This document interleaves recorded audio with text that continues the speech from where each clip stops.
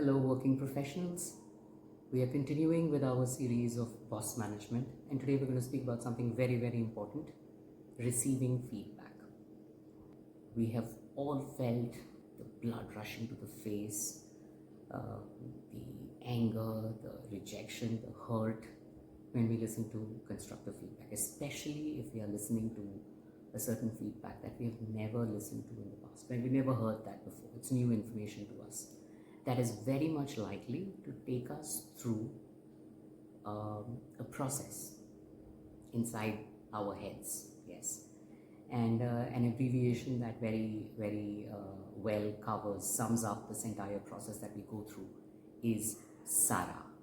SARAH. So what does SARAH stand for? Right, so I want to give you an example. I had this lady manager, a very capable woman, and she gave me this really strange feedback during my first appraisal with her. And she said, your communication skills need improvement. Now, this was very hurtful to me particularly. It was devastating to me that she would pick that one thing that I'm super confident about and say, that's what you need improvement in. So obviously, the first thing that happened to me was absolute shock. S in SARAH, shock. It's absolutely shocking. What? My communication skills? Are you even thinking about what you're saying? So that was the first emotion or the first thought that I had. The second thought is, how dare you pick on something just because you need to pick on something?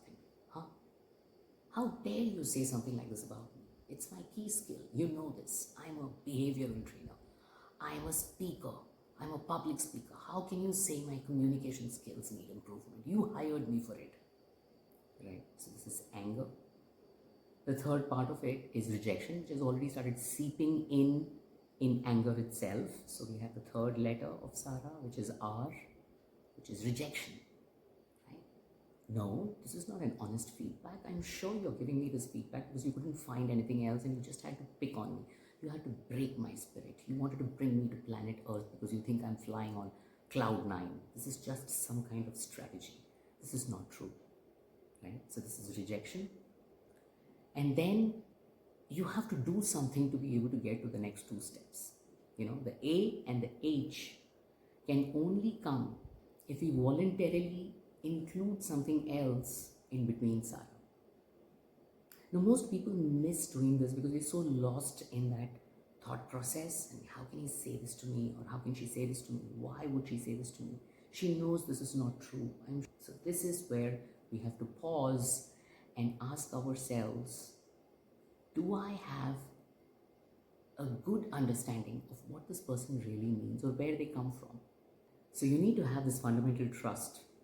Right? Maybe, it's just a maybe this person has indeed observed something about me, right? So once we have this, the next thing we do is we start asking questions.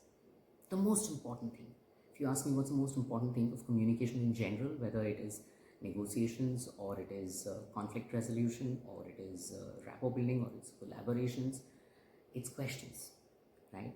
So what kind of questions do you need to ask? The idea is to be able to get evidence which will help you accept or reject. Yes? So you need to be able to get some form of evidence. A very good question would be, what did I do or not do because of which you feel this way? What did I say or not say because of which you feel this way? Can you please give me an example of a situation where I really exhibited bad communication skills? Would you be able to think of a couple of instances where I could have done better? Would you be able to give me an example of when I did do it correctly and compare it with an incident when I did not do it correctly, so I get an insight of what I need to change, right? And you have to explain to the person if the person thinks you are just questioning. The tone is very important. So you say, what did I do? Right? Versus, would you please be able to give me a couple of examples or instances so I understand where you're coming from? This is a gentler. I am genuinely interested in understanding what I did wrong and therefore how I can correct it going forward. That's the intent that you need to convey when you ask these questions, right? Sometimes people do not have answers immediately. They say, you always do this. I'm sure you have a point and I'm sure you have noticed it many times, but it would be lovely if you can think of some specific instances, preferably from the recent past, so that I can actually see exactly what you're trying to say and I will be able to remember what I said. Then I will be able to ask you if I do not know what would have been a better way to communicate that particular idea. It will be easy for me to change. If you need some time, that's perfectly all right. If you need to observe me going forward from now on, that's also fine. But please give me a few instances. This is questions.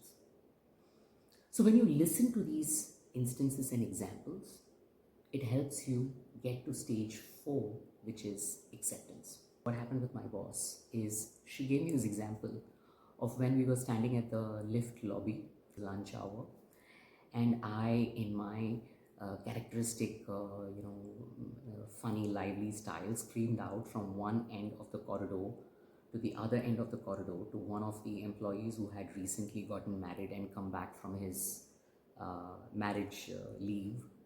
I screamed out to him, "Hey Chandru, did you learn how to wash toilets and wash saris?